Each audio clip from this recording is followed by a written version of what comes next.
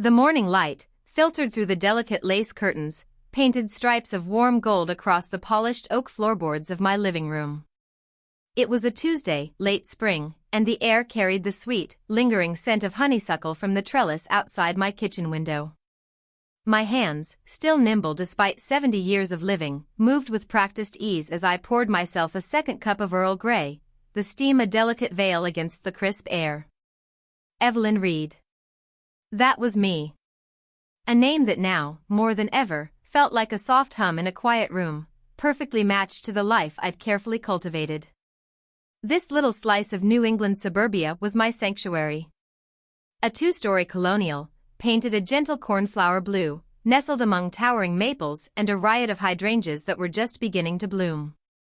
My garden was my canvas, my knitting needles a quiet rhythm, my books a steady stream of silent companions. Each day unfolded with a comforting predictability, a balm to a soul that, in its youth, had seen its fair share of tempests. I rarely spoke of those earlier years, and certainly never dwelled on them. They were like old photographs tucked away in a dusty album, glanced at occasionally, but never truly revisited. My mornings were sacred. After my tea, I'd check on the rose bushes, their velvet petals still dewy. Then, perhaps, a chapter of a new novel, or a few rows on the afghan I was knitting for Skylar, my daughter. Skylar. My bright, vivacious Skylar. She was my greatest accomplishment, my living proof that a quiet life didn't mean a small one. She had the adventurous spirit I'd once possessed, now channeled into a successful career as an international flight attendant. Paris 1 week, Tokyo the next, then home to her own lovely little house across town. She'd broken free, as I often thought, from the quiet expectations of our lives, soaring above them. I loved the thought of her up there, among the clouds, a truly independent woman. Sometimes, in the quiet of these mornings, my thoughts would drift to Jonathan. My husband, gone these past 15 years. His presence in my memories was a gentle, almost hazy warmth, like the last embers of a fire. He was a good man, steady and reliable, if a touch reserved. Our marriage had been comfortable, predictable, a calm harbor after those earlier storms. We had built a life together, raised Skylar, navigated the everyday ebb and flow. His passing had left a quiet void, a space that I had learned to fill with my garden, my books, my routines. I missed him, of course, but it was a soft, melancholic ache, not a searing wound. His grave was visited every spring, adorned with his favorite daffodils, a quiet testament to a life lived and a love remembered. I was contemplating a new stitch pattern for Skylar's afghan, my fingers already anticipating the familiar texture of the yarn, when the phone rang. It was an unusual time for Skylar to call. She was typically across an ocean, or asleep, or busy preparing for a flight. A flicker of maternal worry, quick as a hummingbird's wing, darted through me. Nothing serious, I told myself. Probably just a quick update from a layover, a postcard from the sky. I picked up the receiver, a pleasant hello, dear, ready on my lips. But the voice that answered was not Skylar's usual cheerful, confident tone. It was a strangled gasp, a broken whisper that seemed to claw its way through the transatlantic wires, thick with panic and disbelief. Mama. Oh God, Mama, it's impossible. It can't be. My heart lurched. Skylar? What's wrong? Are you all right? Where are you? Her next words, though barely audible, struck me with the force of a physical blow, shattering the serene morning into a million jagged fragments. They were sharp, cold, and utterly terrifying. He's on my flight, Mama. Sitting in first class, right now. And he's not home. I just called. No one's answering. My blood ran cold. The teacup slipped, clattering against the saucer. The honeysuckle scent suddenly seemed cloying, the sunlight too bright, the quiet too loud. There was only one Skylar could possibly mean. Only one man whose presence on her flight, while also being not home, could unravel the very fabric of our reality. Jonathan. My husband. Buried 15 years ago. The phone slipped further in my trembling hand. This wasn't a postcard from the sky. This was a plummet into the abyss. Skylar, honey, what are you talking about? My voice was thin, a reedy whisper, barely recognizable as my own. My mind, usually a well-ordered filing cabinet, felt like it had been violently overturned, papers scattered everywhere. Jonathan. On a plane. My Jonathan. No. Impossible. Mama, I'm not. I'm not crazy. Skylar's voice was hoarse, punctuated by the muffled sounds of a bustling airplane cabin. I could hear the forced cheerfulness of flight attendants in the background, the distant murmur of boarding passengers. It was an ordinary scene, but Skylar's words made it feel like the preamble to a nightmare. He's right here. Seat 3A. First class. I just walked past him. He's reading a newspaper, just like he used to. The way he holds it, the way he sips his coffee. It's him, Mama. It's Dad. I gripped the phone tighter, my knuckles white. Skylar, listen to me. This isn't funny. Your father passed away 15 years ago. You were there. We buried him. It's a mistake. A coincidence. There are people who look alike in the world. No. Not like this, she insisted, her voice rising in pitch, teetering on the edge of hysteria. Mama, he has that little mole, right on his left temple, just like Dad's. And the same silver watch, the one you gave him for his 50th. The way his hair curls at the nape of his neck when he leans down. It's him. His eyes, Mama. Those piercing blue eyes that always looked like they knew a secret no one else did. The description hit me like a physical blow. The mole. The watch. The curl of hair. The eyes. These were not generic features. These were the intimate, specific details etched into my memory, the things only a wife and daughter would know. My heart began to pound a frantic rhythm against my ribs. A cold dread, a feeling I hadn't known since my own turbulent youth, began to spread through my veins. Skylar, try to stay calm, I managed, though my own words felt hollow. Where are you? What flight is this? Flight 712 to JFK, from London, Mama. We're about to push back. I'm in the galley, hiding, I think. I don't know what to do. I don't know if he saw me. He looked up when I walked past, and his eyes met mine. For a second. It was just like him, Mama.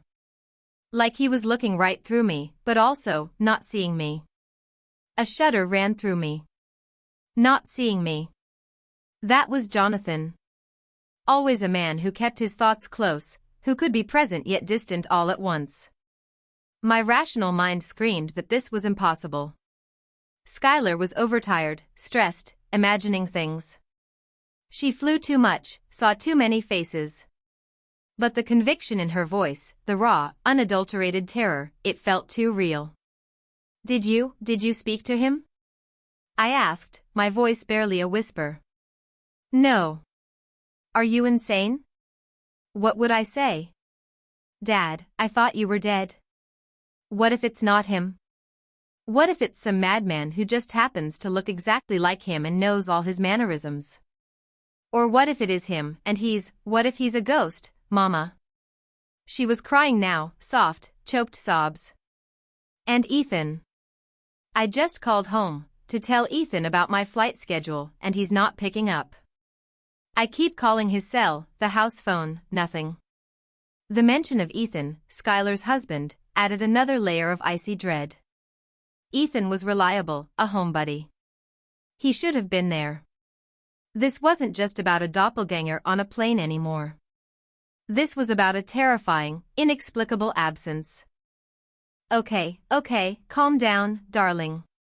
I'll go check on Ethan. I'll drive over to your house right now. You just get through this flight. Don't confront him. Just observe. And call me the second you land. Do you hear me? But what if he's dangerous, Mama? Dangerous. The word hung in the air, heavy and dark. Jonathan? Dangerous?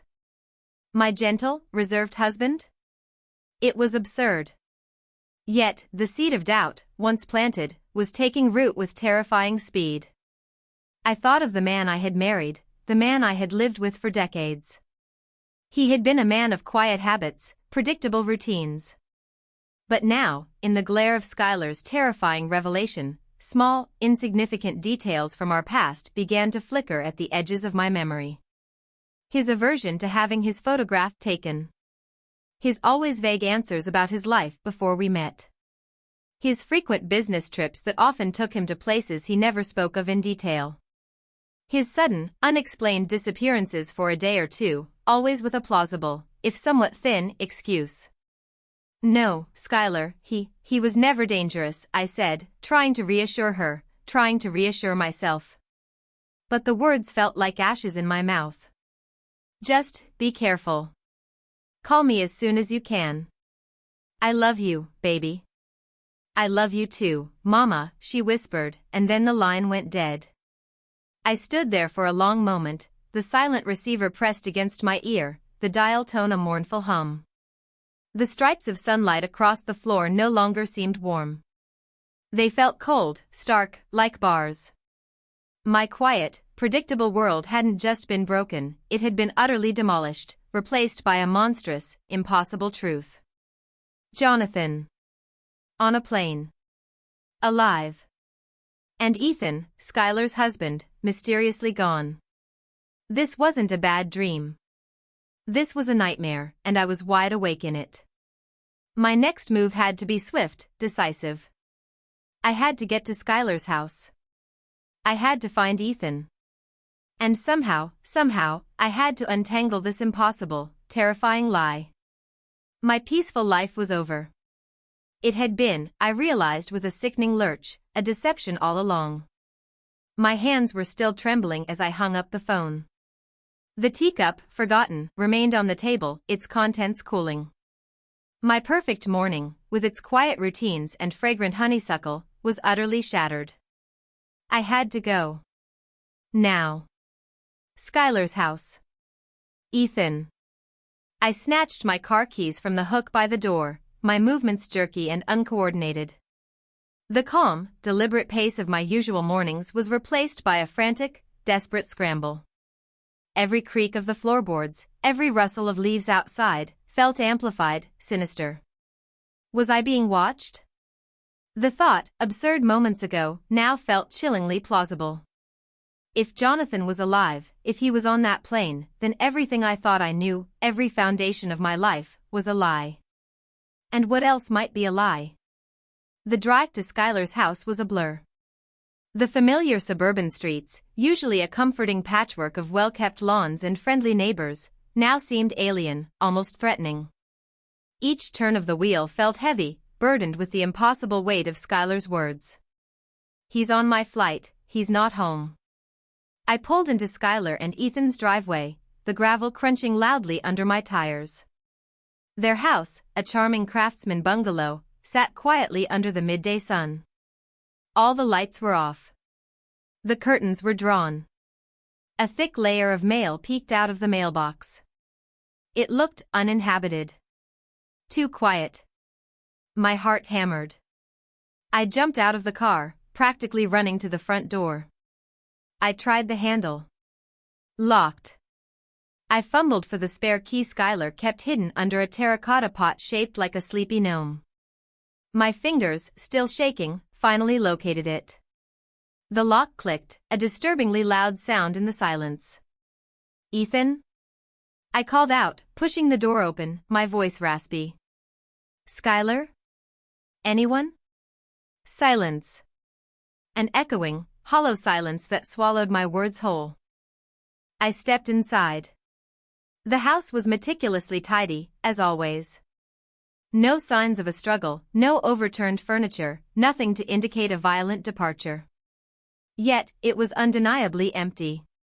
The air was still and cool, the faint scent of cinnamon from a forgotten candle lingering. Ethan's comfortable armchair held a half-read book, face down, a pair of reading glasses perched on top. Skylar's flight bag, usually neatly tucked away, was nowhere to be seen, confirming she was indeed on her flight. But where was Ethan? I walked through the house, my footsteps echoing on the hardwood floors. The kitchen, spotless. The bedroom, the bed neatly made. The bathroom, a fresh towel hanging on the rack. It was as if Ethan had simply vanished into thin air.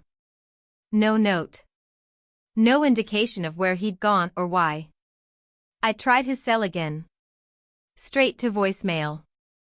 The home phone. No answer. I even tried his work number, knowing he'd likely be at the office, but his assistant, a chirpy young woman, informed me he hadn't come in today. He called in sick, Mrs. Reed, she said, sounding concerned. Said he had a nasty flu. A flu. Ethan never got sick. He was robust, active, meticulous about his health. A new wave of dread washed over me. This wasn't a coincidence. This was too many impossibilities converging. I went to the back porch, where Skylar and Ethan sometimes had morning coffee with their next-door neighbor, Mrs. Henderson. Mrs. Henderson was a genial, gossipy woman in her late 80s, who missed nothing. If anyone knew something, it would be her. I knocked on her back door. After a moment, I heard her shuffling footsteps. "Evelyn, dear." What a surprise. "Come in, come in." She offered me a cup of tea, her eyes, sharp even behind thick bifocals, assessing me. "You look a bit peaked, dear. Everything all right?" I forced a smile. "Just a little tired, Mrs. Henderson. I actually came to ask if you'd seen Ethan this morning? Skylar's on a flight, and I haven't been able to reach him." Mrs. Henderson pursed her lips, a familiar gesture when she was about to impart some vital neighborhood intelligence. "Well, now that you mention it, no. Didn't see his car leave. But then again, I was at my appointment this morning. The truth is, dear, he's been rather scarce the past few days. Very unusual for Ethan. He usually waves to me when he goes for his morning run. And Skylar told me he was homesick today, too. Poor dear. Probably caught that bug going around." She paused, then added conspiratorially, "Did see a rather unusual car parked near their house yesterday evening. Black, sleek, not like anything around here. 2 men in it, just sitting there. Looked a bit out of place for our quiet street, if you ask me." My blood ran cold. 2 men. Black, sleek car. My mind immediately conjured images from the crime dramas Skylar loved to watch. "No, Evelyn. Don't be ridiculous. This isn't a movie." "Unusual how, Mrs. Henderson?" I asked, trying to keep my voice even. "Oh, just not a family car, you know? More like a corporate car. Or something for important people." She winked. "Probably just some work colleagues of Ethan's. He works in finance, doesn't he? Important business, I suppose." I thanked her, my mind reeling, and made my excuses. Back in Skylar's empty house, the silence was no longer merely hollow. It was menacing. If Ethan was sick, why hadn't he answered his phone? And who were those men? I walked into Skylar and Ethan's home office. Ethan's laptop was closed. Nothing seemed amiss. But then, a flicker of memory. Jonathan. His business trips. His insistence on privacy. His guardedness. What if this wasn't just a random occurrence? What if this was connected to Jonathan? The man I'd loved, the man I'd grieved, the man I'd believed was sleeping peacefully under a granite headstone, was possibly alive, flying across the Atlantic, while his supposed son-in-law had vanished. The quiet life I'd built for myself, carefully insulated from the world's harsh realities, was crumbling.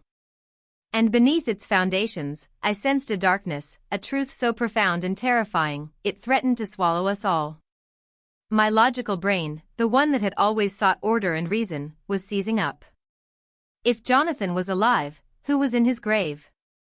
And why now? Why on Skylar's flight? And where, oh where, was Ethan? The world had just turned upside down, and I, Evelyn Reed, the quiet woman of routines and gardens, felt an unfamiliar, chilling resolve beginning to stir within me. I wouldn't just sit here and wait. I would find the answers. No matter how monstrous they might be. I drove home from Skylar's, the familiar suburban landscape a disorienting blur outside my window. The sunny afternoon, which moments ago had promised warmth and comfort, now felt oppressive, mocking. Ethan's empty house, Mrs. Henderson's casual remarks about a sleek black car and two men, Skylar's frantic voice describing a ghost on a plane, it all swirled together in a terrifying, inescapable vortex. My calm, orderly life, carefully constructed over decades, was collapsing inwards. Back in my own driveway, I cut the engine and sat for a moment, the silence of my car now a comfort compared to the chaos in my head.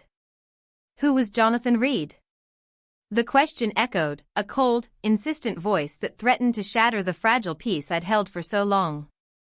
The man I had loved, married, built a family with, was he merely a carefully constructed facade? Was his quiet, almost bland demeanor a masterful performance? I thought back to our early days, before Skylar was born. He had been charming, yes, but always with a certain impenetrable quality. He never spoke much about his life before me, dismissing my gentle inquiries with a wave of his hand and a soft, "My life truly began when I met you, Evelyn, darling." At the time, I'd found it romantic, a testament to our bond. Now, those words felt like a warning, a dismissal designed to shut down further questions.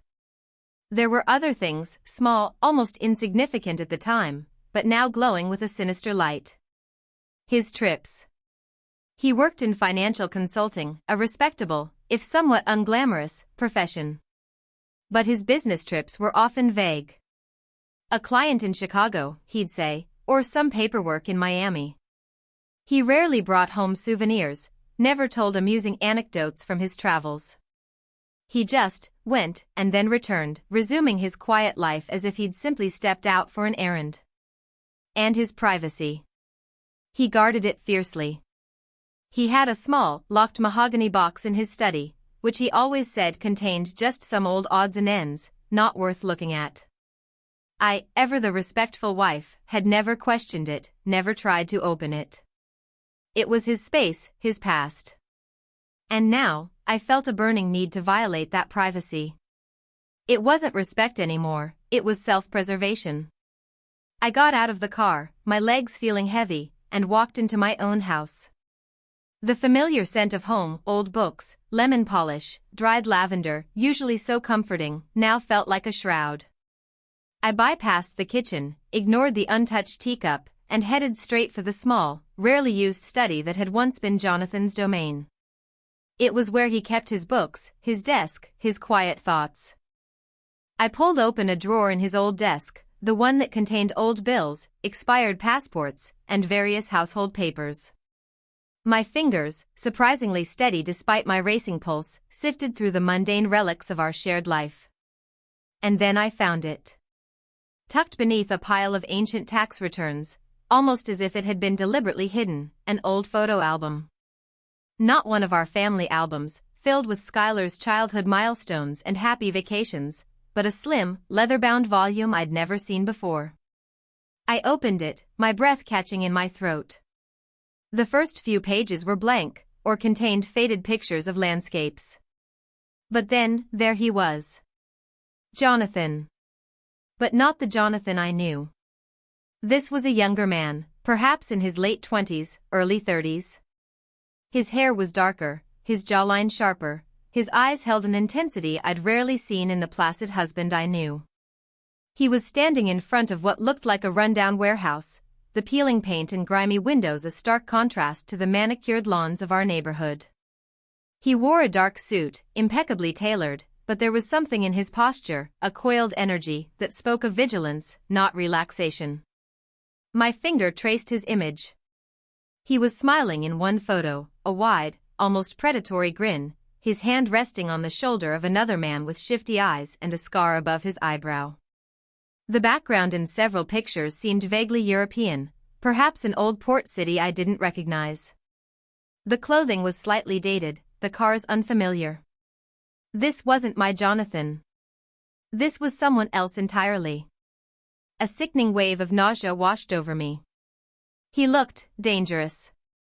The word, which I'd dismissed earlier as absurd, now settled heavy in my gut. He looked like a man who knew things, who did things, that my Jonathan never would. I flipped further, my hands shaking again. More photos of him with different groups of men, in different settings, a smoky, dimly lit bar, a deserted street at night, once, in what looked like a casino, his eyes sharp and assessing, holding a stack of chips.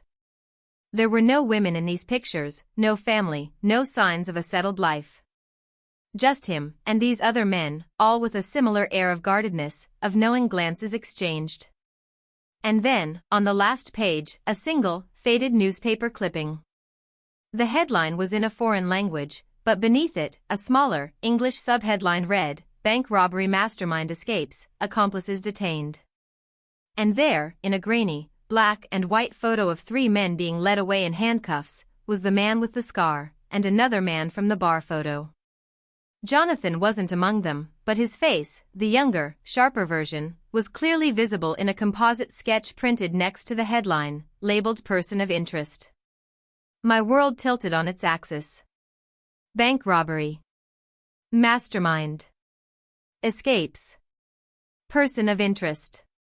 The quiet, predictable life I'd shared with Jonathan, the man who had worked in financial consulting, the man who had loved his garden and his evening crossword puzzles, was a meticulously crafted illusion. He hadn't been just reserved, he had been secretive. He hadn't been just private, he had been hidden.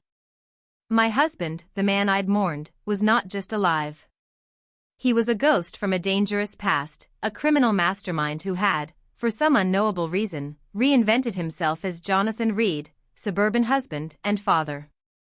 And now, that past, like a predator patiently stalking its prey, had finally caught up. And Skylar. And Ethan. My daughter, unwittingly flying him across an ocean. My son-in-law, now missing. The implications crashed down on me, heavy and suffocating. My quiet life had not been a sanctuary. It had been a cage, built of lies, within which I had unknowingly resided for decades. The illusion was gone. And I was left standing in the rubble, a 70-year-old woman, staring at the face of a stranger in an old photograph, realizing she had never truly known the man she married. The true nightmare had just begun. The hours that followed were an agonizing blur of pacing, rereading the newspaper clipping, and staring blankly at the old photo album. Each time my phone buzzed, I jumped, my heart leaping into my throat. But it was never Skylar. The silence stretched, thick and heavy, punctuated only by the frantic thoughts racing through my mind. Jonathan Reed. John Doe. Bank robbery. Missing son-in-law. My brain struggled to reconcile these disparate elements into a coherent narrative, but it was like trying to fit jagged puzzle pieces into a smooth picture. The sun began its slow descent, painting the sky in hues of orange and purple. A beautiful evening, utterly wasted on me. I tried to eat, but my stomach rebelled. The tea was cold, the house felt cavernous and full of ghosts. I pulled out a map of the world, tracing the route from London to JFK. So many miles. So much time for Skylar to be trapped in that metal tube, just rows away from the man she believed was her deceased father. The thought was sickening. Finally, just as the last sliver of sun dipped below the horizon, my phone rang. It was Skylar. Her voice, though still shaky, had lost some of its raw panic, replaced by a strained, almost numb disbelief. "Mama," she said, her voice thin, "I'm on the ground. We landed at JFK." "Oh, thank God, Skylar. Are you all right?" Did he say anything to you? I practically shouted into the phone, relief and renewed terror warring within me. No. Nothing. He just walked off. With everyone else. He was the first one out of first class, of course. He even smiled, Mama. That small, almost imperceptible smile he used to give when he was pleased with himself. It was him. The way he used to check his watch, too, as if he had somewhere terribly important to be. He looked right at me, just for a second, then nodded, a tiny nod, and then he was gone. Disappeared into the terminal crowds. My heart constricted. A nod. A smile. A silent acknowledgement. Was it a recognition of his daughter? Or simply a casual gesture, the kind one might give to a flight attendant? Skylar's description painted a vivid, chilling picture. He hadn't just looked like Jonathan, he had behaved like him. These weren't just physical similarities, they were deeply ingrained mannerisms, habits born of a lifetime. Why didn't you say anything, Skylar? I asked, almost pleading. I couldn't, Mama. My voice just froze. What if it was some kind of elaborate, cruel prank? What if he was really a ghost? Or what if it was him, and he didn't want me to know? I couldn't move. I saw him go through customs, and then he was just gone. Into the throng of people. Like a ghost. Her voice broke. And Ethan, Mama? Did you find Ethan? The question hung in the air, a stark reminder of the other half of this nightmare. No, honey. He's not there. His assistant said he called in sick, but he's not answering his phone. His car is still there, but the house is empty. Mrs. Henderson next door said she saw a strange black car with 2 men near your house yesterday evening. A choked sob came from Skylar. Oh, God, Mama. What's happening? Is this because of him? Is he involved in something dark? The word dark felt like an understatement. Bank robbery. Money laundering.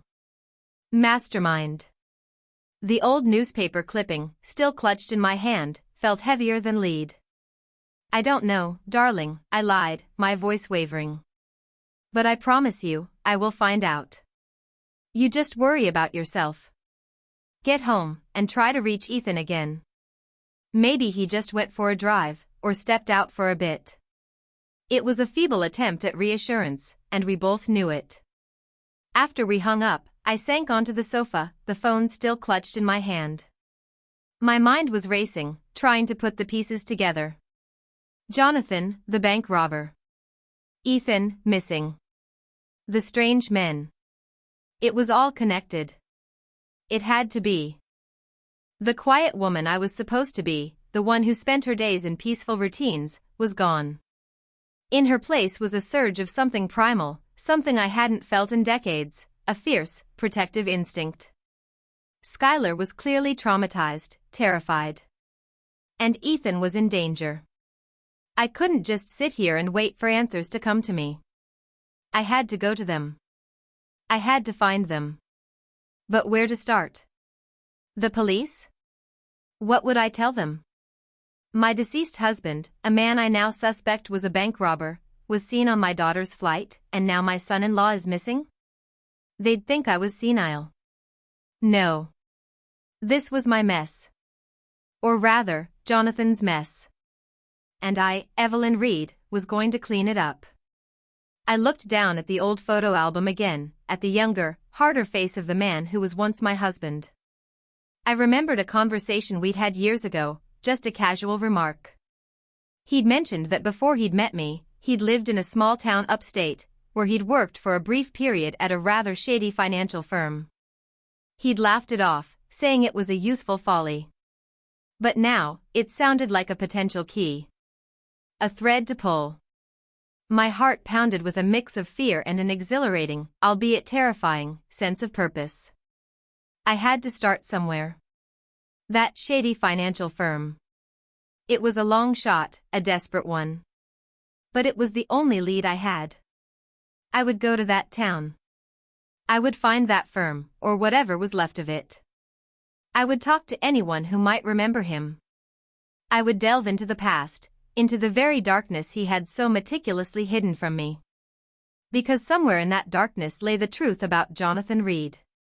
And somewhere, perhaps, the key to finding Ethan and protecting Skylar. I looked at my reflection in the windowpane. An old woman, her face lined with worry, her eyes wide with a new, terrifying resolve. The serene Evelyn was gone. In her place was someone else, someone I barely recognized, ready to face whatever monstrosities lay hidden beneath the surface of her life. Ready to uncover the truth, no matter how painful, no matter how dangerous. The next morning, I was on the road before the first rays of sun had properly crested the distant hills. The decision to go had solidified in the quiet hours of the night, crystallizing my fear into a grim determination. I left a hurried note for my house cleaner, a vague excuse about an urgent family matter, and drove my old Volvo out of my perfectly manicured driveway, leaving my quiet life behind. Skylar was still reeling, trying to process the impossible, still frantically calling Ethan with no success. I told her I was going to check on an old friend upstate, a flimsy lie that offered just enough plausible deniancy. She was too distraught to question it deeply. The town Jonathan had vaguely mentioned was called Havenwood, a small, unremarkable place nestled in the Catskill foothills. It was a 4-hour drive, and every mile felt like a journey back in time, away from the familiar comfort of my home and deeper into the unsettling unknown. As I drove, I replayed every interaction with Jonathan, sifting through memories for clues, for hints of the man I now knew existed beneath the surface. His love for intricate crossword puzzles, a mind that enjoyed complex challenges, perhaps? His methodical way of organizing his tools in the garage, a precise nature, capable of planning? What had I missed? What had I willfully ignored? When I finally arrived in Havenwood, it was a town frozen in time, with a single main street lined with brick buildings, many of them looking forlorn and forgotten. I found the address Jonathan had once offhandedly mentioned as his old workplace, Sterling Financial Services. The building was an old, gray stone edifice, its windows dusty, a faded for-lease sign hanging crookedly in the front. It was clearly defunct. My heart sank. This was a dead end. I parked and sat for a moment, letting the disappointment wash over me. But then, a familiar spark of stubbornness ignited within me. I hadn't driven all this way to give up. Jonathan had been here. Someone had to remember him. I walked into the small diner across the street, the scent of stale coffee and frying bacon a comforting anachronism. A kindly-looking waitress with silver hair pulled back in a neat bun, probably my age, approached my table. "What can I get for you, dear?" "Just a coffee, please," I said, trying to project an air of casual curiosity. "I'm actually visiting from out of town, doing a bit of genealogical research. My husband, Jonathan Reed, used to work at Sterling Financial Services, across the street, many years ago. I was hoping to find someone who might remember him." The waitress, whose name tag read Betty, paused, balancing her tray. "Sterling Financial? Oh, Lord, that was a long time ago. Closed up shop almost 20 years back, they did. After all that unpleasantness." She lowered her voice conspiratorially. "There was a big scandal, you know? Something about investments going south, and some folks losing their shirts. Nasty business." My heart hammered. Unpleasantness? Scandal? I feigned ignorance.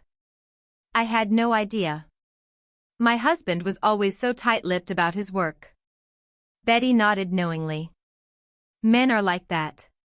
But, Jonathan Reed, The name sounds vaguely familiar. Was he tall, quiet, handsome? Bit of a loner, but always polite? That sounds like him, I confirmed, a knot forming in my stomach. Well, there's only one person who'd remember anything specific from Sterling. Edith Henderson. She was the head secretary there for eons. sharp as a tack, even now. Lives just 2 blocks down, the little yellow house with the prize-winning petunias. She always knows everything that's going on, and everything that went on. Betty pointed down the street. She'd be able to tell you all about it. If anyone could. Edith Henderson. The same surname as Schuyler's neighbor. A small town, after all. But this Edith held a piece of my past. Armed with newfound hope, I thanked Betty and headed towards the yellow house. The petunias were indeed magnificent, a vibrant cascade of purple and pink. I knocked, and after a moment, the door creaked open to reveal a woman with a kind but cautious face, her hair styled in a perfect silver coif. She looked perhaps a few years younger than me, but her eyes held the weary wisdom of someone who had seen much. "Mrs. Henderson?" I asked, extending my hand. "My name is Evelyn Reed. I'm here because I believe my husband, Jonathan, worked with you at Sterling Financial many years ago." Her eyes narrowed slightly, a flicker of something unreadable passing through them. "Jonathan Reed. Yes, I remember a Jonathan. Come in, dear. It's too hot to talk on the doorstep." She led me into a meticulously kept living room, filled with porcelain figurines and antimacassars on every armchair. The air smelled faintly of potpourri and old paper. After we were settled with cups of iced tea, I began to explain, carefully omitting the more sensational details. I spoke of Jonathan's quiet nature, his reluctance to discuss his past, and my genealogical quest. Jonathan was a character, Edith said, a faint, almost wry smile touching her lips. Very efficient. Very intelligent. But yes, very closed off. Kept to himself. Most of us just assumed he was a private man, or perhaps a bit shy. He always ate lunch alone, never joined the office gossip. Did he ever talk about his family? Or his earlier life? I pressed, trying to keep my voice light. She shook her head. Never. Not a peep. Came in, did his work, left. He was good at his job, though. Very good. Always met his targets. But there were some odd things. My heart quickened. Odd things? Well, he traveled a lot, even more than the other consultants. And not always to the usual places. We'd get calls for him from numbers with strange area codes, sometimes even international. And he'd always take them in his private office, doors closed. Then he'd sometimes disappear for a few days, without much explanation, just a vague business engagement. This was it. Confirmation. My memory wasn't playing tricks on me. These were the very business trips and engagements I remembered.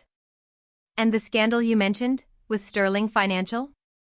I asked, carefully. Edith sighed. Oh, that. It was years after Jonathan left, mind you. But it was a messy affair.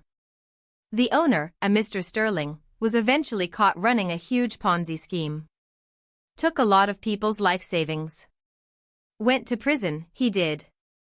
Jonathan had been gone for quite a while by then, but I remember thinking at the time, well, I just remember thinking how lucky Jonathan was to have left when he did. He always seemed to have a nose for trouble, even if he never spoke of it. A nose for trouble. The phrase hung in the air, weighted with unspoken implications. Did he have any particular friends at the firm? I asked, hoping for another lead. Edith frowned thoughtfully. Not really friends, no. But there was a man. A contact, Jonathan called him. Arthur, I think. A sharp-dressed man, always in expensive suits. Didn't work at Sterling, but he'd often come by to deliver or pick up documents for Jonathan. Never stayed long, always seemed in a hurry. Jonathan always seemed a bit on edge after Arthur left.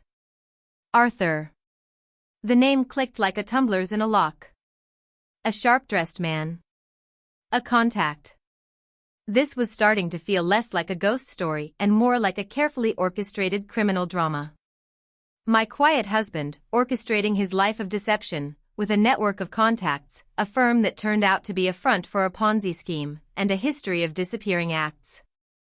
I thanked Edith profusely, my mind reeling. The picture of Jonathan Reed, the suburban husband, was dissolving before my eyes, replaced by something far more sinister, far more complex. He wasn't just a quiet man. He was a man with secrets, with dangerous connections, and a past that was now undeniably intertwined with the fate of my daughter and her missing husband. The quiet peace of my life was an illusion. And I, Evelyn Reed, was now caught in the web of a reality far more terrifying than any fiction. The drive back to my quiet New England home was different from the anxious journey there. A new kind of energy buzzed within me, an unsettling mix of dread and a peculiar, almost exhilarating, clarity. Edith Henderson's words, "a nose for trouble," echoed in my mind. She had unknowingly handed me a vital piece of the puzzle, confirming that the man I married had always moved in shadows, even if I, in my loving naivete, had failed to see them. Sterling Financial, a Ponzi scheme. Jonathan's frequent business engagements. Arthur, the contact. It all pointed to a life far more intricate and illicit than I could have ever imagined. I entered my house, the fading evening light casting long, distorted shadows that seemed to dance with the unsettling revelations swirling in my head.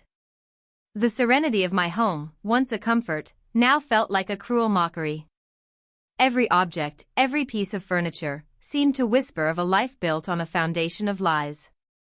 The calm silence I had cherished for so long now felt heavy, pregnant with unspoken truths. My first thought was the locked mahogany box in Jonathan's study. The box he'd dismissed as containing old odds and ends. The box I had always respected as his private space. Now, respect was a luxury I could no longer afford. My family was in danger, and the truth, no matter how ugly, was my only weapon.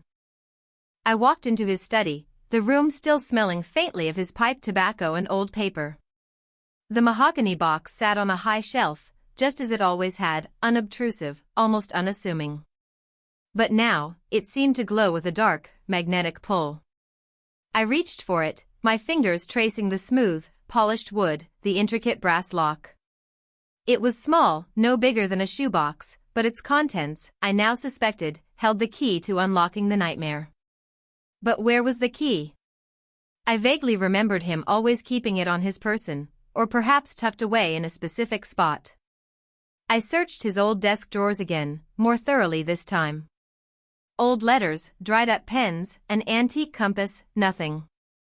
I checked the small, hidden compartment in the back of the top drawer, a trick he'd shown me years ago when we first moved in. Empty. Then, my eyes fell on a stack of old books on a dusty shelf above his desk. Jonathan had been a voracious reader, and these were his well-worn favorites, mostly classic mysteries and espionage thrillers. He used to joke that he enjoyed a good puzzle. The irony was not lost on me now. I started pulling them down, one by one, sifting through the pages, feeling along the spines. And there it was. Tucked inside the worn copy of a John le Carré novel, a book Jonathan had reread countless times, was a tiny, ornate brass key. It was delicate, almost whimsical, entirely out of place amidst the grim reality that was unfolding. A small, almost invisible piece of a much larger, darker puzzle. My heart pounded with a mix of trepidation and anticipation. This was it. The moment of truth. I held the key, its cool metal a stark contrast to the warmth of my trembling fingers. A moral dilemma flickered. Was I truly ready to unearth the deepest secrets of the man I had loved? To dismantle the carefully constructed image of my husband, piece by painful piece? But the thought of Skylar's terrified voice, of Ethan's inexplicable disappearance, banished any lingering hesitation. This wasn't about respecting a deceased man's privacy anymore. This was about protecting the living. With a deep breath, I inserted the key into the lock. It turned with a soft, almost mournful click. The sound echoed in the silent study, a final pronouncement on the life I had known. I lifted the lid. The contents were not odds and ends. They were not innocuous. They were terrifying. On top lay a stack of passports. Not just one, but 4. Each with Jonathan's photograph, but with different names. John Caldwell. Peter Davies. Michael Thorne. And one, most chillingly, with the name Calvin Blake. The dates on them spanned decades, some predating our marriage, some current. The stamps inside indicated travel to countries I'd never even heard Jonathan mention visiting. Beneath the passports, there was a worn leather wallet. Inside, not money, but a collection of identification cards, driver's licenses, and even a fishing license, all bearing different names and addresses, but the unmistakable face of my husband. There were also several crisp, perfectly folded $100 bills, and a stack of foreign currency. My hands trembled as I reached deeper. More newspaper clippings, these in English, all from different regional papers, spanning a period of several years, beginning about 2 decades ago. Each one detailed a different crime: a high-stakes jewel heist in Boston, a series of elaborate frauds targeting wealthy individuals in New York, a sophisticated money laundering operation based out of an offshore account in the Caribbean. And in each article, a blurred, grainy photograph, a composite sketch, or a description of a person of interest that, to my horrified eyes, was undeniably Jonathan. Or rather, Calvin Blake. The name on the earliest passport. But the most shocking discovery was at the very bottom of the box.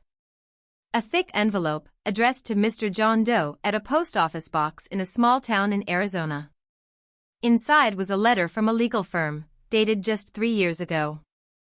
It stated, in formal legalese, that a substantial trust fund had been established in the name of John Doe, to be released to him upon verification of his existence, following his official recognition as deceased 15 years prior. The letter went on to detail the amount, a sum so vast it made my head spin, and the conditions of its release. Recognized as deceased 15 years prior. 15 years. The exact amount of time since Jonathan Reed, my husband, had died. The exact amount of time I had been a widow. The realization hit me with the force of a physical blow. He hadn't died 15 years ago. He had staged his death. He had orchestrated an elaborate charade, a disappearance, a complete erasure of one identity, only to re-emerge under another. He had been John Doe, presumed dead, while living as Jonathan Reed. And now, this John Doe, or rather, Calvin Blake, was somehow reclaiming his identity, his fortune, and his very existence. The calm, predictable life I had built with Jonathan Reed was a magnificent, terrifying lie. A cover. A quiet suburban masquerade for a man who had lived a life of crime, deception, and hidden identities. He hadn't just been tight-lipped, he had been a phantom, a chameleon. My vision blurred. The man I loved, the father of my daughter, the anchor of my serene world, was a stranger. A criminal. A ghost who had returned, perhaps, to claim what he was owed. And his return had shattered everything, leaving Skylar terrified, Ethan missing, and me, Evelyn Reed, standing at the precipice of a truth so monstrous, it threatened to consume me whole. The sweet scent of honeysuckle no longer smelled like home. It smelled like a trap. And I was already caught. The contents of the mahogany box lay scattered before me on Jonathan's old desk, the stack of passports, the varied IDs, the chilling newspaper clippings detailing crimes that had once captured national headlines, now revealed as chapters in my husband's secret life. And the lawyer's letter, a cold, clinical confirmation of the monstrous deception. John Doe. Calvin Blake. Jonathan Reed. 3 names, 1 face. My husband. My mind raced, trying to piece together this grotesque mosaic. Jonathan hadn't died 15 years ago, he had disappeared. He had walked away from his life as Calvin Blake, a criminal, a mastermind, and somehow, miraculously, resurfaced as Jonathan Reed, the quiet, unassuming financial consultant, the loving, if reserved, husband and father. He had created a whole new identity, a whole new life, with me at its unwitting center. The pain of betrayal was a sharp, physical ache in my chest. Decades of my life, built on what I thought was love and trust, were nothing but a carefully constructed stage for his grand disappearing act. Every shared laugh, every quiet evening by the fire, every tender touch, were they all lies? Was I a lie? A prop in his elaborate scheme? But beyond the personal agony, a terrifying clarity began to emerge. This wasn't just about Jonathan's past. It was about our present. If Jonathan, or Calvin, or whatever his real name was, had staged his death to escape his criminal life, why had he resurfaced now? And why on Skylar's flight? Why had he smiled at her, almost knowingly, before vanishing? The lawyer's letter, mentioning a substantial trust fund to be released upon verification of his existence, provided a chilling possible motive. Had he run out of money? Had the hidden fortune from his criminal past, the one he had supposedly taken with him when he disappeared, finally dwindled? Was he returning to claim his inheritance, perhaps a clean slate, now that enough time had passed for his previous persona to be truly dead in the eyes of the law, but alive for the purposes of a trust? And Ethan. Where did Skylar's husband fit into all of this? My mind flashed back to Mrs. Henderson's observation, a sleek black car and two men near Skylar's house. Was Ethan's disappearance connected to Jonathan's return? Had Jonathan's past, like a patient hunter, finally caught up not just with him, but with us? A memory, seemingly insignificant at the time, now surfaced with chilling clarity. A few months ago, Ethan had mentioned some minor financial difficulties at work. Nothing major, he'd assured Skylar, just a temporary hiccup. He'd even joked about needing a sugar daddy to bail him out. Had he, in some desperate moment, stumbled upon Jonathan's true identity? Or worse, had he been unwittingly drawn into Jonathan's old world, perhaps through those same shadowy contacts like Arthur that Edith Henderson had mentioned? The thought sent a shiver down my spine. Ethan was not a criminal. He was kind, earnest, perhaps a bit naive. But he was also fiercely loyal to Skylar. If he had discovered something about Jonathan, he would have done anything to protect Skylar. Could he have tried to leverage his discovery, perhaps to help Jonathan, or even to get him out of Skylar's life for good? I imagined the scenario, Ethan, discovering the truth, perhaps through some obscure financial record of Jonathan's he'd stumbled upon through his own work. A man like Calvin Blake would have left a paper trail, no matter how carefully hidden. Ethan, perhaps confronting Jonathan, demanding answers, trying to protect his wife from the dark secret of her father. And then, what? Had Jonathan, the mastermind, silenced him? Or had those other contacts, those lurking shadows from Jonathan's past, gotten to Ethan first, perhaps believing he knew where the hidden fortune was? The cold reality began to sink in. This wasn't just about Jonathan anymore. This was about a dangerous, ongoing game, and my family, Skylar, Ethan, and now even I, were unwilling pawns. The quiet suburban life was not just a facade for Jonathan, it had been a thinly veiled trap for all of us. My hands began to shake again, not from fear, but from a surge of defiant anger. Decades of my life stolen, my love betrayed, my daughter's happiness jeopardized. It was too much. I looked down at the old passport bearing the name Calvin Blake, at the younger, harder eyes staring back from the faded photo. He looked like a man who knew how to survive, how to manipulate, how to disappear. And now, he had reappeared. But I was no longer the naive young woman he had married, nor the placid widow he had left behind. The revelations of the past hours had stripped away layers of complacency, revealing a core of resilience I hadn't known I possessed. My quiet life had taught me patience, observation, and a certain methodical approach to problems. And those qualities, I now realized, could be just as potent as any criminal's cunning. I gathered the documents, placing them back in the mahogany box, but keeping the lawyer's letter and the Calvin Blake passport separate. These were my new maps, my new compass. I couldn't go to the police yet. Not with Skylar's husband missing, potentially at the mercy of the very people Jonathan had tried to escape. I had to understand the full scope of this nightmare first. I had to find Ethan. A new resolution hardened within me. I was Evelyn Reed, the woman who had lived a quiet life, but I was also the woman who had survived the tempests of her youth, the woman who had raised a strong daughter, the woman who had nurtured a garden from barren soil. I had underestimated Jonathan, perhaps. But he, and whoever else was involved, had gravely underestimated me. I would find Ethan. I would protect Skylar. And I would uncover every single lie that Jonathan Reed, or Calvin Blake, had ever told. This was my fight now.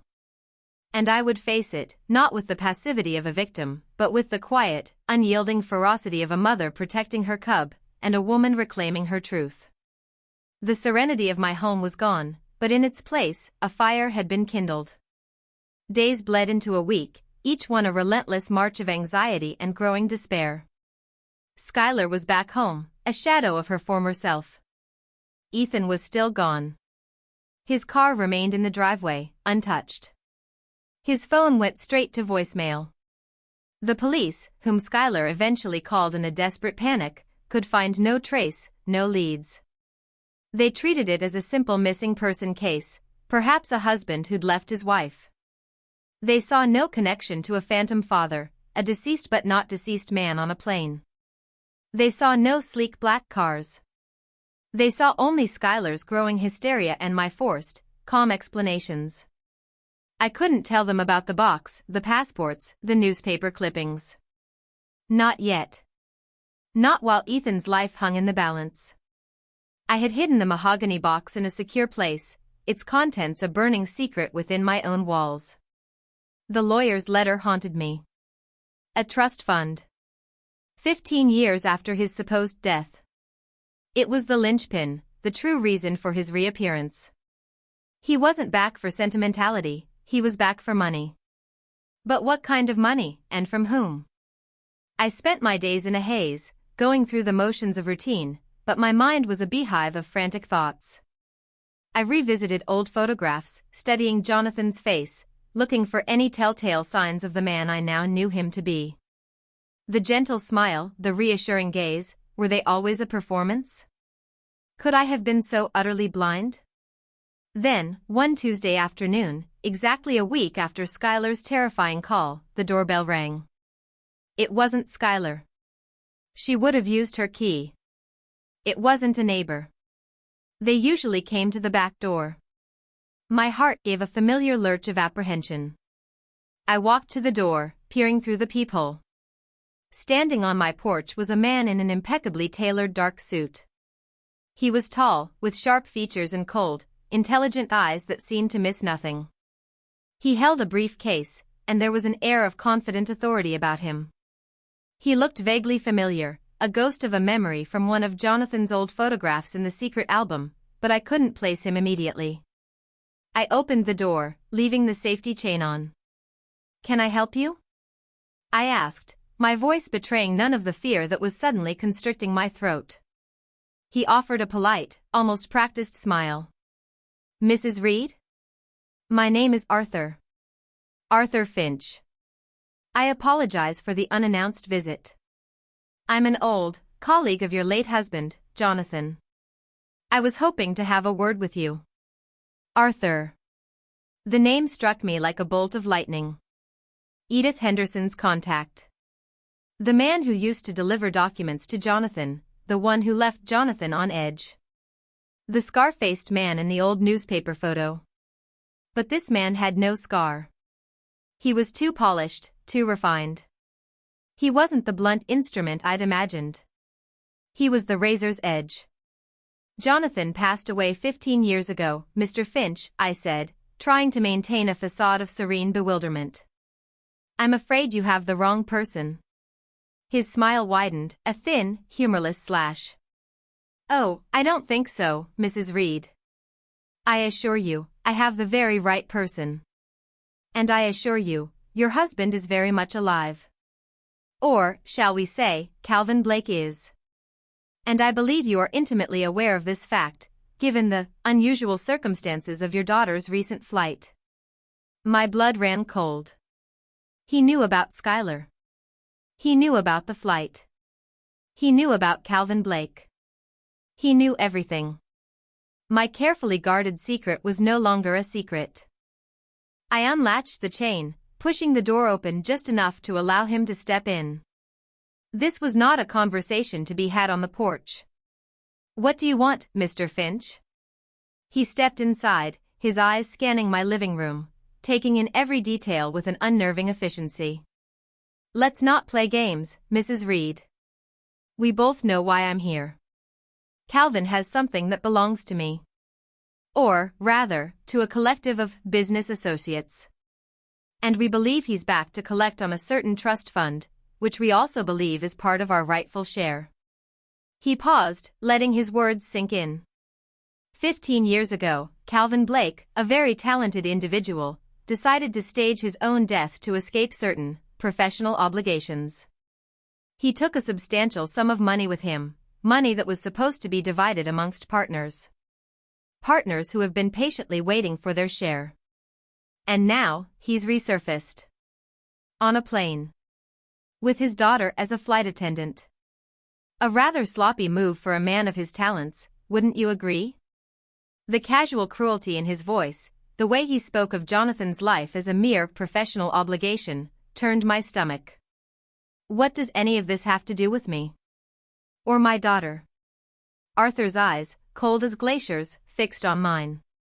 "It has everything to do with you, Mrs. Reed. Because we believe Calvin is trying to re-establish contact with you. And because we also believe your son-in-law, Ethan Maxwell, was foolish enough to get involved in his own attempt to locate Calvin. Ethan, unfortunately, proved rather useful. He helped us narrow down Calvin's location. And now, he is unavailable. Until Calvin fulfills his obligations." The air left my lungs in a painful gasp. Ethan. They had him. They had been watching Skylar's house. This wasn't a random disappearance. This was a kidnapping. And it was all because of Jonathan, because of Calvin Blake. "You have Ethan?"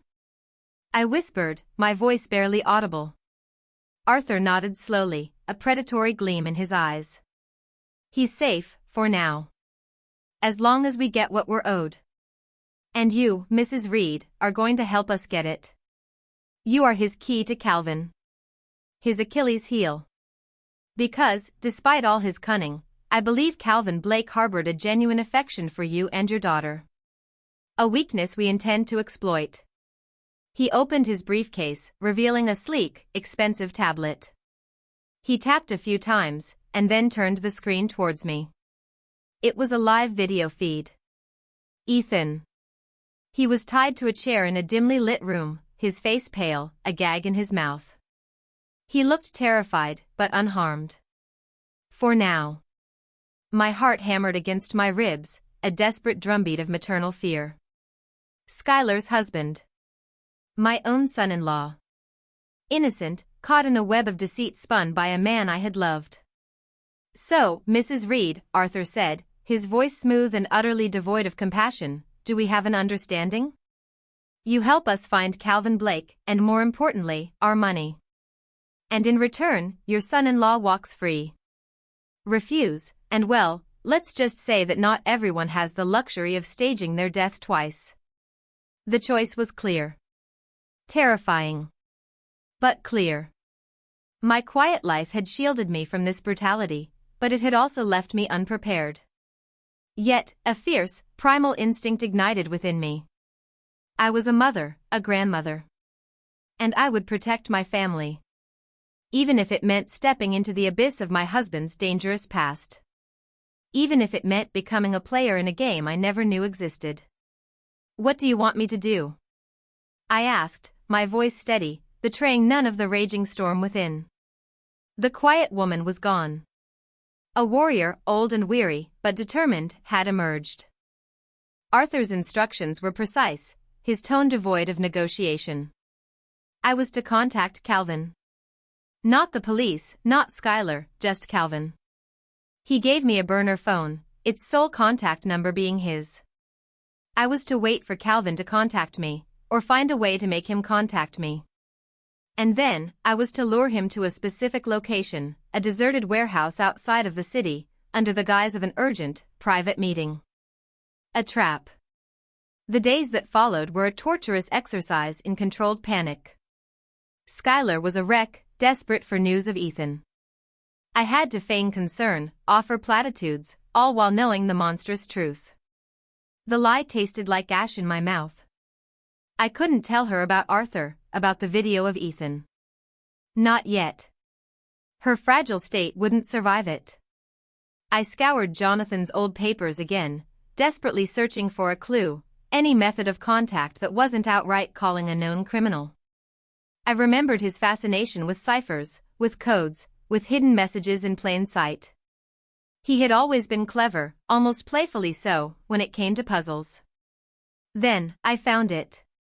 Tucked into the spine of a worn copy of the New York Times from 20 years ago, an edition that I later realized had been published shortly before his death, was a small, handwritten note. It wasn't a code in the traditional sense, but a series of cryptic instructions: if the old oak withers, seek the whispering willow. An ad for Forgotten Souls, on page 7, under Antiques and Curiosities. Use the word requiem. Always requiem. The old oak was a specific landmark in our town, long since cut down. The whispering willow must be its counterpart, a prearranged backup. And an ad. Jonathan, the master of hiding in plain sight. I found the local newspaper that still ran an Antiques and Curiosities section. It was a small, obscure publication, perfect for a discreet message. My hands were surprisingly steady as I wrote out the ad, following Jonathan's implied instructions, hoping that wherever he was, Calvin Blake was still following his old protocols. The message I crafted was short, seemingly innocuous, but imbued with a coded urgency: rare Victorian locket for sale. Urgent family heirloom. Inquire Evelyn Reed, using keyword requiem. I gave my home phone number, hoping he would recognize my name. It was a terrifying gamble. If Arthur intercepted it, or if Jonathan didn't recognize the code, it would all be for naught. 2 days later, the phone rang. A blocked number. My heart leaped. Requiem, a low voice said, confirming my fears and my hopes all at once. It was him. Older, rougher, but unmistakably Jonathan. Or Calvin. Jonathan? I breathed, my voice barely audible. Evelyn. You've aged well, he said, a hint of his old, sardonic humor in his tone. But there was a hard edge beneath it. I see you found the willow. Smart girl. What's so urgent about a locket? I swallowed hard. Ethan. He's missing. And someone called Arthur Finch came to my house. He says you owe him something. He has Ethan, Jonathan. He says if you don't pay up, Ethan dies. A long silence stretched between us, filled only by the static of the line. Then, his voice, now stripped of any pretense, was cold, dangerous. Arthur. That bastard. He found you. I knew he would eventually. He knows about the flight, Jonathan. He knows about everything. He showed me a video of Ethan. He's tied up, Jonathan. He looks terrified. You have to help him. Another pause. Where does he want to meet? I gave him the address Arthur had provided, the abandoned warehouse, 20 miles outside of town. Tonight. Midnight. Midnight. How dramatic, he murmured, but there was no humor in it. All right, Evelyn. I'll be there. But you stay home. This isn't your fight. My fight? I snapped, a fresh surge of anger emboldening me. This is my fight, Jonathan. My daughter's husband is being held hostage because of your bloody past. Don't you dare tell me to stay home. He was silent for a moment, and I sensed a flicker of something in his silence, perhaps regret, perhaps a shadow of the man I once thought I knew. Fine. But don't interfere. Just make sure no one else is there. Arthur works alone, but he likes to play games. Be careful, Evelyn. And then he hung up. The hours dragged by, each tick of the clock amplifying the dread. Skylar called, distraught, having heard nothing. I held her, soothing her with hollow words, feeling like a monster. At 11 p.m., I left the house, not for the warehouse, but for Skylar's. I left a note for her, a short, urgent message: go to the police. Show them this. Do not come looking for me. With trembling hands, I placed the Calvin Blake passport, the lawyer's letter, and the most incriminating of the newspaper clippings on the kitchen table, along with a note explaining everything. She deserved the truth. And she deserved to be safe. Then, I drove to the warehouse. I knew I shouldn't be there. Jonathan had told me to stay home. But I couldn't. This wasn't just about Ethan anymore. This was about finally confronting the phantom of my past, the man who had stolen my life and replaced it with a lie. The warehouse was a hulking, skeletal structure, silhouetted against the inky blackness of the moonless night. Wind whistled through broken panes, rattling loose corrugated iron, creating an eerie symphony of decay. I parked my car out of sight, my old Volvo a jarring presence in this landscape of forgotten industry. I slipped inside through a partially open service door, my heart pounding a frantic drum against my ribs. The air was thick with the scent of dust, damp concrete, and something metallic, like stale blood. Flashlight in hand, I crept through the labyrinthine interior, my shadows stretching and distorting around me. And then I heard voices. Arthur's smooth, menacing tone. And another, a deeper, more resonant voice that chilled me to the bone. Jonathan's. I crept closer, hiding behind a stack of rusted barrels. Through a gap, I saw them. Arthur, flanked by two burly men, all armed. And across from them, alone, stood Jonathan. He looked older, tired, but his eyes still held that piercing, unreadable intensity. He wasn't the same man who had walked off that plane, smug and self-assured. This was Calvin Blake, hunted and cornered. So, Calvin, Arthur's voice cut through the silence, we meet again. Took you long enough to return to the land of the living. And you brought a delightful guest. He gestured to a figure tied to a chair in the center of the room. My breath hitched. It was Ethan. He was conscious, his eyes wide with terror, struggling against his bonds. But he wasn't alone. Another figure was slumped beside him, clearly unconscious. It was a woman, small, with silver hair. My blood ran cold. Skylar? I whispered, my heart plummeting. No. It couldn't be. I had left the note. The money, Arthur, Jonathan said, his voice hard. Let them go, and you get what you want. Oh, we'll get the money, Calvin. And the trust fund. But first, a little something extra. Your daughter, Skylar. And your wife? No, not Evelyn. This one is new. Your little companion. Very cooperative she was, telling us where to find you. Quite the snitch. Arthur laughed, a harsh, grating sound. My stomach churned. A companion? Not Skylar. But if not Skylar, then who was the woman? And Ethan? He hadn't been a snitch. He was a good man. Ethan had nothing to do with this, Jonathan snarled, his eyes blazing. He stumbled into it. Let him go. He knew too much, Calvin. He knew you were alive. He was trying to warn you.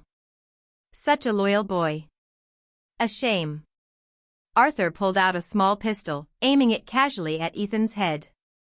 The money, Calvin. All of it. Now. You won't get a dime from me, Arthur, Jonathan said, his voice laced with grim resignation. I used that money to build a new life. A quiet life. One far away from you and your kind. And the trust fund, that's for my daughter. Not for your dirty hands. Arthur merely smiled, a chillingly cold expression.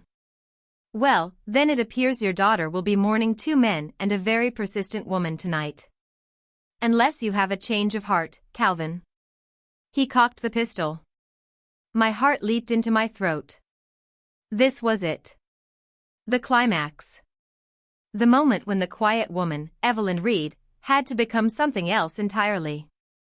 I had come to confront a lie, but I was about to confront death itself. And I was going to fight. Not for the money. Not for the phantom of my husband. But for Ethan. And for Skylar. And for the truth, no matter what it cost. The metallic click of the pistol's hammer echoing in the cavernous warehouse sent a jolt of pure adrenaline through me. Ethan's eyes, wide and terrified, flickered towards me, hidden behind the barrels, as if sensing my presence. Or perhaps it was just a desperate plea to the empty air. My blood ran cold, then surged with a sudden, ferocious heat. The quiet woman I'd been was dead. In her place, a primeval force of maternal rage and cunning took hold. Arthur, confident and cruel, kept the pistol trained on Ethan. Last chance, Calvin.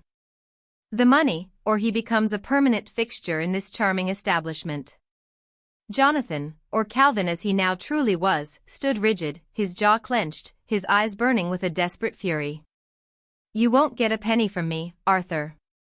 Not from the old fund, and certainly not the trust. It's for Skylar. To make up for all the lies. Lies and lost lives, Calvin. A common theme with you, Arthur sneered, glancing at the unconscious woman slumped beside Ethan. Your little playmate here, she found out too much, too. A shame. She helped us track you, but now she's just collateral. A playmate? Not Skylar. A wave of relief, quickly followed by confusion. Who was this woman? And what had she done? My mind, usually so orderly and deliberate, began to whirl, connecting threads with surprising speed. Jonathan's meticulousness. His double life. His careful planning. He hadn't just created a new identity, he had carved out a new existence, complete with hidden assets. He had always been good at hiding things, always had a secret compartment for everything. The old look care book, the coded message, there had to be more. I remembered a conversation from years ago, an idle remark Jonathan had made about his retirement plan. He'd said, half-jokingly, if anything ever happens to me, Evelyn, look to the roots. The deepest roots. At the time, I'd dismissed it as a morbid joke. Now, it resonated with a terrifying clarity. Not metaphorical roots. Actual roots. The roots of his old, beloved oak tree, the one that had stood in the backyard of our very first house, long before we moved to the cornflower blue colonial. The oak tree that had withered, as per his code. Could it be? Another layer of deception, another hidden cache? He would never put all his eggs in one basket, not a man like Calvin Blake. He would have multiple contingency plans, multiple escape routes. And if he had planned his initial disappearance so meticulously, he would have prepared for his return, for the inevitable pursuit. Arthur was growing impatient. Time's up, Calvin. Say goodbye to your loving son-in-law. His finger tightened on the trigger. Wait. I shouted, stepping out from behind the barrels, my voice, though trembling, echoing with unexpected force in the vast space. All heads snapped towards me. Arthur's eyes widened in surprise, then narrowed with a chilling amusement. Jonathan's face contorted in a mixture of horror and fury. Evelyn. What are you doing here? I told you to stay home. Stay home? While you bargain for my family's lives? I retorted, my gaze fixed on Arthur. You want the money, Mr. Finch? I know where all of it is. Not just the trust fund, but the original cash. The real retirement plan. Arthur's eyes, which had been fixed on Jonathan, now darted to me, a flicker of avarice replacing his cold amusement. And who, pray tell, are you, old woman? And why should I believe you? I am Evelyn Reed, his wife, I said, my voice gaining strength. And I know about the roots. The deepest roots. The ones he always kept secret, even from you, Arthur. The ones that held his true escape fund. The one that allowed him to disappear for 15 years, completely off your radar. Jonathan's head whipped towards me, his expression unreadable. He knew exactly what I was talking about. Arthur, however, looked intrigued. He paused, the gun still pointed at Ethan, but his attention now fully on me. His two henchmen, burly figures in the gloom, shifted uneasily, glancing between us. The roots?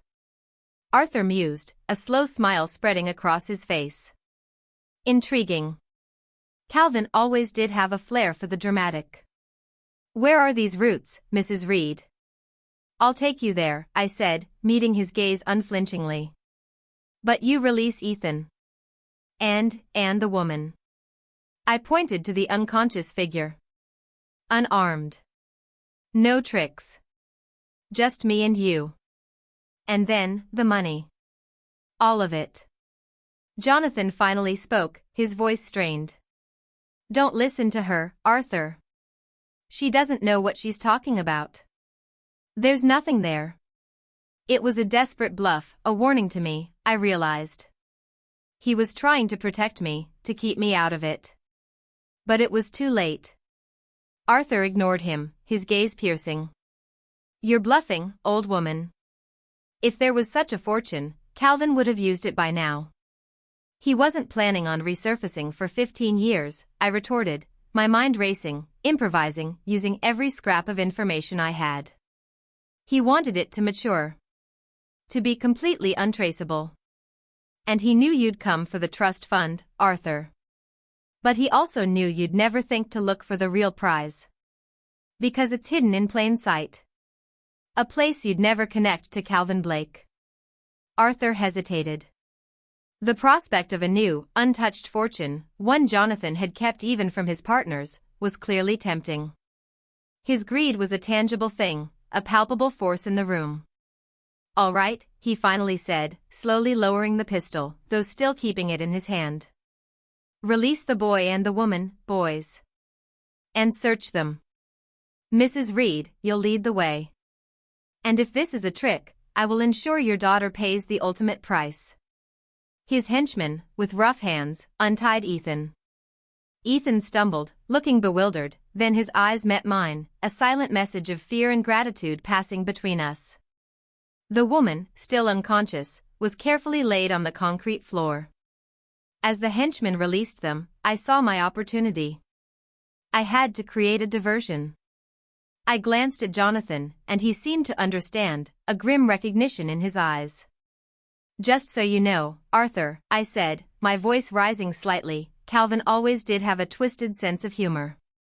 He used to love watching old movies, especially those where the hero would pull a fast one right at the climax. Arthur scoffed. What are you rambling about, old woman? Just that, some of us, Arthur, never truly left the past behind. Some of us learn a few tricks of our own. With a sudden, surprising burst of strength, I kicked at a stack of empty metal drums nearby. They toppled with a deafening clang, echoing like thunder in the vast warehouse, throwing sparks as they crashed against the concrete floor. In that same instant, Jonathan, who had been anticipating my move, sprang into action. He was older, yes, but the reflexes of Calvin Blake, the mastermind, were still there. He lunged at Arthur, tackling him to the ground. The pistol skittered across the floor. One of Arthur's henchmen moved to intervene, but Ethan, surprisingly quick despite his ordeal, kicked out, tripping him. The other henchman, momentarily disoriented by the noise and the sudden chaos, hesitated. I didn't hesitate. I had seen what Arthur was capable of. My eyes immediately located the pistol, now lying just a few feet away. I scrambled for it, my fingers closing around the cold, heavy metal. It felt alien, terrifying. But it was also power. Jonathan was struggling with Arthur, the older men grappling with a ferocity born of decades of betrayal. Arthur was stronger, but Jonathan had the element of surprise. The henchman Ethan had tripped was getting back to his feet. I lifted the pistol, my hand shaking uncontrollably. This was not a garden hoe, nor a knitting needle. This was a tool of death. But it was also the only thing that stood between my family and utter destruction. "Stop!" I yelled, my voice ringing out, sharp and clear, across the sudden silence that had fallen. Arthur and Jonathan froze, looking at me. The henchman stared, stunned. My arm was trembling, but I held the gun steady, aimed roughly at Arthur.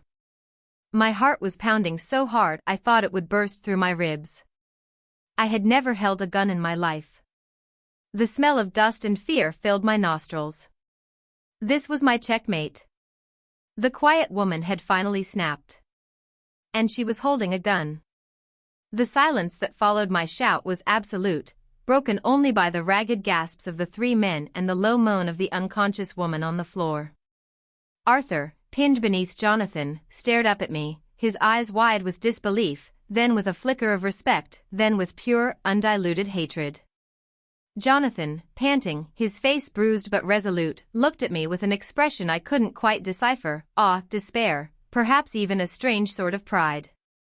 My arm was still trembling, the heavy pistol a foreign weight in my hand, but I held it steady, my finger hovering over the trigger.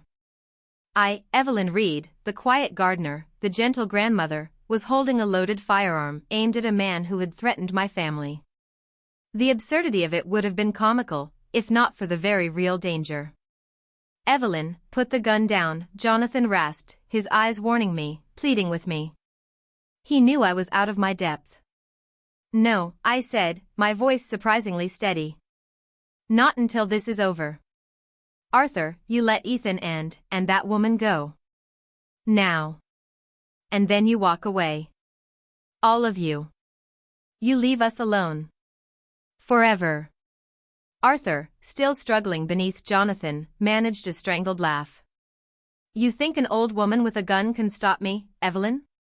You have no idea who you're dealing with." "Oh, I think I do, Arthur," I retorted, my mind a whirlwind of adrenaline and cold calculation. "I'm dealing with a desperate man who just got outsmarted by a 70-year-old woman. And I assure you, if you make one wrong move, I will call the police. Right now." I pulled out the burner phone Arthur had given me and, with my thumb, hit the emergency services number. The sound of a connection dialing filled the warehouse. "I'm at the abandoned warehouse on Old Mill Road. There are armed men here, and they are holding hostages." Arthur's eyes widened further. He hadn't expected that. His carefully constructed plan, his subtle threats, had been based on my perceived helplessness. My sudden, blunt action threw him completely off balance. The henchmen, seeing their boss cornered and the police being called, hesitated, looking at each other nervously. Jonathan, seizing the moment, twisted, delivering a sharp blow to Arthur's jaw. Arthur cried out, slumping back. Jonathan scrambled to his feet, quick as a man half his age, and kicked the pistol away from Arthur's reach. By now, the sirens were wailing in the distance, faint but growing louder. The gamble had paid off. "It's over, Arthur," Jonathan said, his voice grim. "You lost." Arthur, spitting blood, glared at him, then at me. "This isn't over, Calvin." Not by a long shot. But it was. Within minutes, the warehouse was swarming with flashing lights and uniformed officers. The henchmen were apprehended, Arthur was cuffed, still snarling threats. Ethan, shaken but physically unharmed, was quickly attended to. The unconscious woman was identified as Maria, a private investigator Arthur had hired to track Calvin. She, too, was taken away by paramedics, her role in this sinister drama mercifully brief. I was questioned extensively, my story a carefully curated blend of truth and necessary omissions. I confessed to knowing Jonathan was Calvin Blake, but spun a tale of a deeply repentant husband who had returned to make amends and protect his family. I omitted the bank robbery, the Ponzi scheme, the full extent of his criminal past. I presented the lawyer's letter and the John Doe Trust Fund as proof of his past life, now simply an inheritance being pursued by greedy old business associates like Arthur. Jonathan, or Calvin Blake, was also questioned. He corroborated my story, adding his own carefully constructed narrative. He admitted to staging his death, to living under an assumed identity, but framed it as an escape from a dangerous criminal organization that he had been forced into in his youth. He painted Arthur as the true villain, the relentless pursuer. He protected me, protected Skylar, protected Ethan. He accepted the consequences of his actions, knowing that a significant amount of his past would now be scrutinized, and that jail time for various charges, identity fraud, obstruction of justice, false death reporting, was inevitable. Before they took him away, there was a moment. A brief, raw, agonizing moment alone in the sterile interrogation room, just me and him. The room felt cold, the air thick with unspoken words, with a lifetime of lies and a single, undeniable truth. He looked at me, his eyes no longer hard, but filled with a profound sorrow, and something else, a deep, resonant regret. "Evelyn," he began, his voice raspy. "I'm so sorry. For everything. For the lies. For putting you through this. I never meant for any of you to get involved." My eyes stung with unshed tears. "You stole my life, Jonathan," I said, my voice trembling. "Decades. Everything I thought we had, was it all a lie?" He shook his head slowly. "No, Evelyn. Not all of it. Never the love. That was real. You were my escape. My real escape. From the darkness.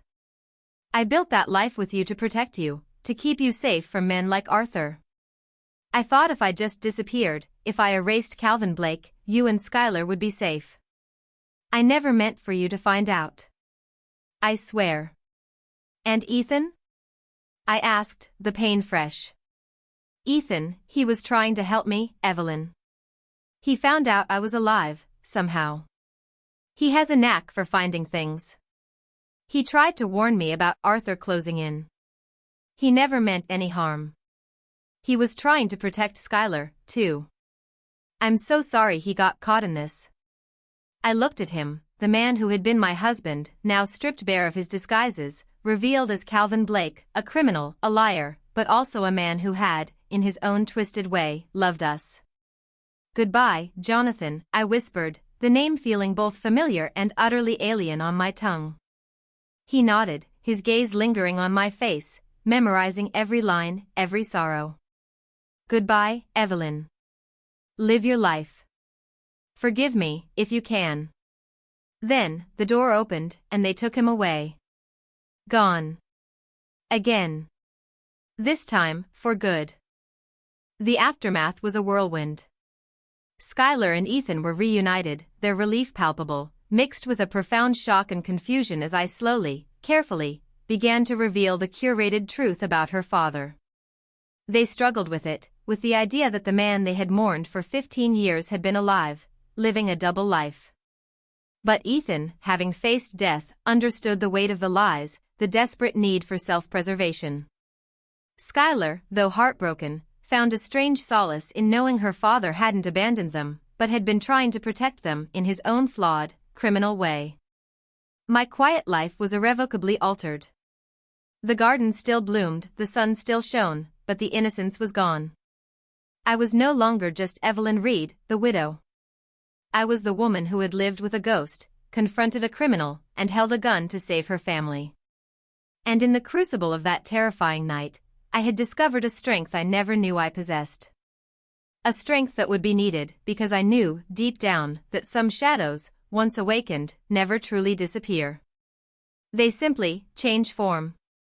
The weeks that followed the warehouse incident were a strange, disorienting blend of quiet recovery and simmering unease. The news cycles had moved on from the missing man found story, now focusing on the arrest of Arthur Finch and associates and the reopening of several cold cases related to a sophisticated criminal network. Calvin Blake, the man they once called John Doe, was a central figure, but his story was still being carefully managed by the authorities, and by me. I'd given them enough to put Arthur away, to clear Ethan, but not so much that it completely destroyed the man Jonathan had been, or the life he had built with me. Some truths, I realized, were better left buried, or at least heavily edited. Skylar and Ethan were trying to piece their lives back together. Ethan, after extensive debriefings with the police, was slowly recovering, both physically and emotionally. The trauma of his abduction was profound, but he was home, and he was alive. He had glimpsed the true abyss of Jonathan's world, and it had left him sobered, but also strangely resilient. He understood why I had done what I did, why I had kept silent, why I had lied. He even understood, to a degree, Jonathan's desperate attempts to protect them by disappearing. Skylar, however, struggled more deeply. The revelation that her father had faked his death, that her entire childhood had been built on a foundation of deceit, was a wound that would take a long time to heal. She still called me, often in the middle of the night, asking questions, seeking reassurance. Was he always like this, Mama? Was he ever really our dad? I did my best to explain, to comfort, to paint a picture of a man who, despite his monstrous lies, had genuinely loved us, had genuinely tried to build a normal life. I showed her the old family photos, the ones that predated the discovery, reminding her of the loving moments we did share. It was a fragile piece, a tentative rebuilding of trust. My own life, though outwardly returned to its quiet rhythms, was irrevocably changed. The morning sunlight still streamed through the lace curtains, the honeysuckle still bloomed, but I saw them differently. They were no longer symbols of an unbroken serenity, but of a deceptive calm that masked a treacherous undercurrent. I still tended my garden, but now, as my hands worked the soil, I felt the earth not just as a source of life, but as a silent keeper of secrets, of things buried deep, waiting to be unearthed. The memory of the warehouse, the metallic scent of fear, the cold weight of the pistol in my hand, these were etched into my mind. I, Evelyn Reed, had faced down armed criminals. I had outwitted a mastermind. I had, in a horrifying twist of fate, become a participant in the very kind of thrilling, dangerous narrative Jonathan used to devour in his books. The irony was not lost on me. I now possessed a different kind of knowledge, a deeper understanding of the world's complexities, and of my own. The quiet patience I had cultivated over the years had served me well, transforming into a formidable resolve when pushed. I was no longer afraid of the dark corners, I had walked into them and emerged. Sometimes, a flicker of suspicion would surface. An unfamiliar car lingering a little too long on the street. An anonymous call that hung up before I could answer. Was it Arthur's associates, still lurking, still seeking their revenge, or their missing funds? Or was it merely the lingering paranoia of a woman who had seen too much? I couldn't be sure. The shadows Jonathan had left behind were long, and they stretched far. I even received a discreet, coded message from the FBI, requesting further cooperation regarding Calvin Blake's network. I politely declined, citing my age and fragile health, knowing full well they saw through my excuses. But I had played my part. I had brought some measure of justice, I had saved my family, and now, I needed to protect what little peace we had left. The true scope of Jonathan's life, his full complicity in a criminal underworld, was too vast, too dangerous, to fully expose. I had chosen to preserve a sliver of the man I had loved, even if it meant living with his remaining secrets. One afternoon, sitting on my porch swing, watching the setting sun paint the sky in fiery hues, I listened to a news report on the radio. Sources indicate significant progress in the federal investigation into a decades-old financial fraud ring, with several key figures brought to justice thanks to new evidence, the report went on, mentioning vague details, but my heart gave a familiar pang. Progress. Justice. All stemming from a phone call, a desperate flight attendant, and a ghostly passenger. A faint, bitter smile touched my lips. My life as Evelyn Reed, the quiet, predictable woman, was irrevocably over. But in its place, a new Evelyn had emerged. Wiser, yes. Stronger, undoubtedly. But also, burdened with a silent knowledge, a profound loneliness born of shared, unspoken truths.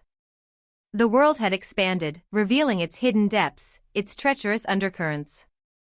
And I, Evelyn Reed, was no longer merely observing it from the safety of my garden. I was a part of it. A keeper of forgotten stories, a survivor of a grand deception, and a reluctant participant in a saga that would, perhaps, never truly end. I took a slow sip of my tea, now cold, and looked out at the twilight descending upon my once serene home. Some stories, I thought, don't have neat endings. They simply transform. And mine, I knew, was just beginning its next, uncertain, and infinitely more dangerous chapter.